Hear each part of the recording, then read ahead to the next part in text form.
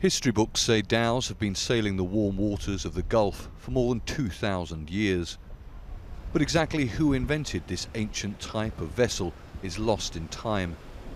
Maritime scholars believe they could have originated in China around 600 BC. The sails have been replaced by an engine, but they are still used for trade, fishing and tourism along the coasts of the United Arab Emirates, Saudi Arabia, Qatar, Yemen and Oman. TALIB KHAIF al-NASSERI has been sailing tourists along Oman's coast for 20 years. I live and create on the sea. The sea is everything to me. It's a type of therapy. I've spent my life on the ocean, on boats like these, which are so important as symbols of our heritage. The historic port of Sur, situated on a lagoon in eastern Oman, was once home to a fleet of hundreds of dhows. The Portuguese, the Dutch and the British moored their boats in these waters over the centuries, all keen to benefit from its ideal trading location. It takes only 5 days to sail to India from here. Maritime trade started flourishing here in the 17th century, with places as far afield as Zanzibar, India and Africa.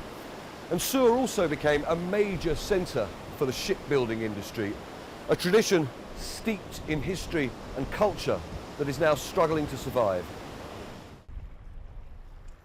This is the only dhow building yard in Sur now.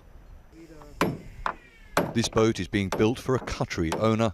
When it's finished, it will cost more than $300,000, and that's without the engine.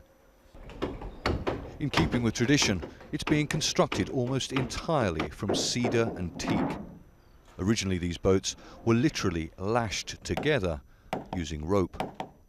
And even now, little metal is used. As in the past, the wood is imported from Asia and Africa.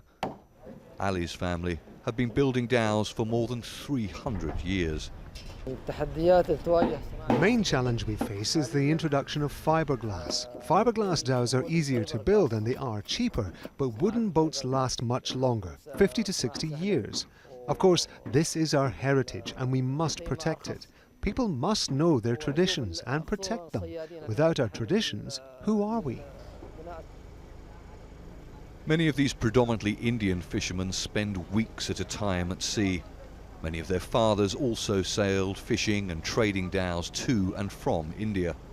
They are reliant on their dhows, the name of which is actually a Swahili word originating in East Africa. The Arabs simply call them sufun, meaning ships. A testament to the commercial and cultural impact they've had over centuries in the Gulf and well beyond.